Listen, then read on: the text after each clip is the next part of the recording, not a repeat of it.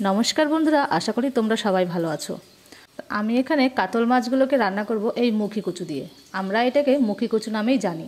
তো তোমরা কি নামে জানো একটু কমেন্ট করে জানাবে। তো প্রথমে আমি মাছগুলোকে, আর সাথে কিছুটা মাছের ডিমও আছে, আমি মাছগুলোকে আর মাছের ডিমগুলোকে ভালো করে লবণ হলুদ দিয়ে মাখিয়ে নিলাম। এখন কড়াইটা গরম করে কড়াইয়ে সর্ষের তেল দিয়ে মাছগুলোকে ভেজে নেব ভালো করে। আমি এই মাছের ঝোলটিতে কোনো গুঁড়া মশলার ব্যবহার করব না, আর শুকনো লঙ্কা বাটাও ব্যবহার করব না। আমি এটা কাঁচা লঙ্কা দিয়ে করব। আমার মাছ ভাজাগুলো হয়ে গেছে।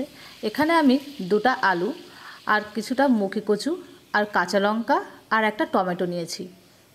তো আমি ফোড়নে দেব গোটা জিরে আর একটা শুকনো লঙ্কা। কিছুক্ষণ নেড়েচেড়ে আমি এখানে দিয়ে দিব আলু আর কচু। এগুলোকে ভালো করে নেড়েচেড়ে আমি লবণ দিয়ে কিছুক্ষণ ভেজে নেব।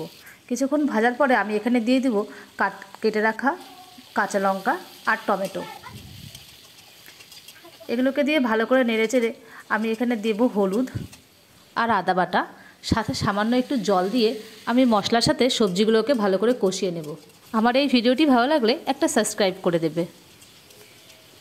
ভালো করে কষা হয়ে গেলে আমি এখানে দিয়ে দেব জল।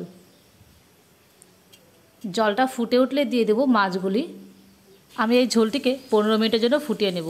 15 মিনিট ফুটা হয়ে গেলে আমি এখানে দিয়ে দেবো ভেজে রাখা জিরে গুঁড়ো। জিরে গুঁড়ো দিয়ে কিছুক্ষণ ফুটিয়ে নেওয়ার পরেই আমার তরকারিটি রেডি হয়ে যাবে।